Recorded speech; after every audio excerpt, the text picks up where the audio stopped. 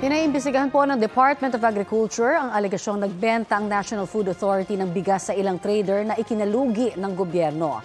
Sabi po ng kagawaran, authorized umano ng ilang opisyal ng NFA ang pagbebenta ng mga bigas na nasa warehouse nito ng 25 pesos kada kilo ng walang bidding.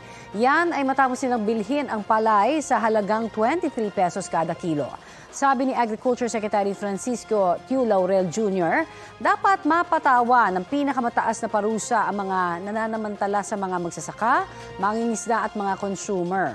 Ayon sa NFA, mandato nilang panatilihin at i-dispose ang 99.9% ng mga stock nilang bigas sa maayos na kondisyon. Naninindigan silang responsable ang pag-dispose nila sa mga bigas.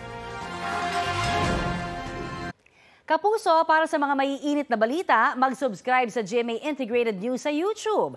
Sa mga kapuso naman abroad, subaybayan nyo kami sa GMA Pinoy TV at sa www.gmanews.tv.